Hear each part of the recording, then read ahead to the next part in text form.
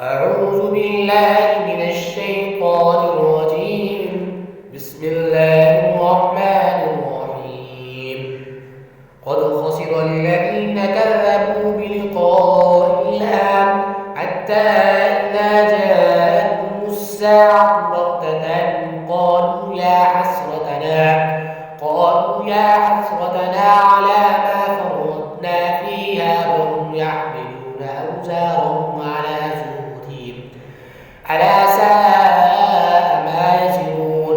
وما الحياة الدنيا إلا لعب ولهو وللدار الآخرة خير للذين يتقون فلا تعقلون.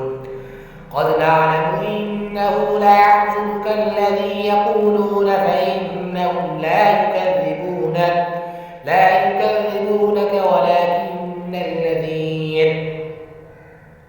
ولكن الظالمين بآيات الله يجحدون. ولقد كذبت رسل من قبلك فصبروا على ما كذبوا وأوذوا حتى أتاهم نصرنا ولا مبدل لكلمات الله. ولقد جاءك من نبأ المرسلين. وإن كان كبر عليك إعراضهم فإن استطعت أن تبتغي نفقا في الأرض أو سلما في السماء فتأتيهم بآية ولو شاء الله لجمعهم على الهدى فلا تكونن من الجاهلين. إنما يستجيب الذين يسمعون والموتى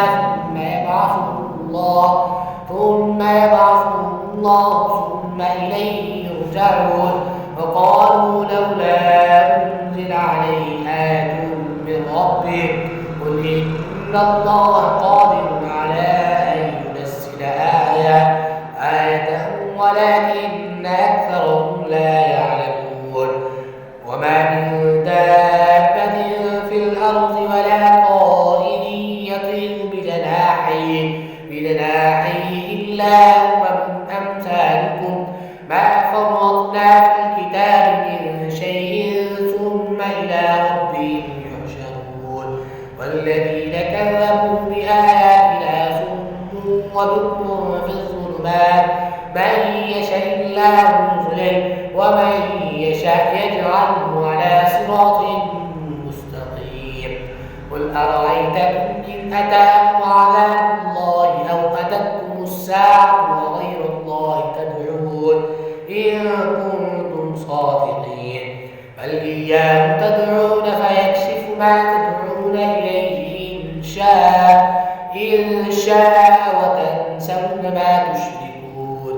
ولقد أرسلنا إلى أمم من قبلك فأخذناهم بالبأساء والضراء لعلهم يتضرعون. فلولا إذ جاءهم بأسنا تضرعوا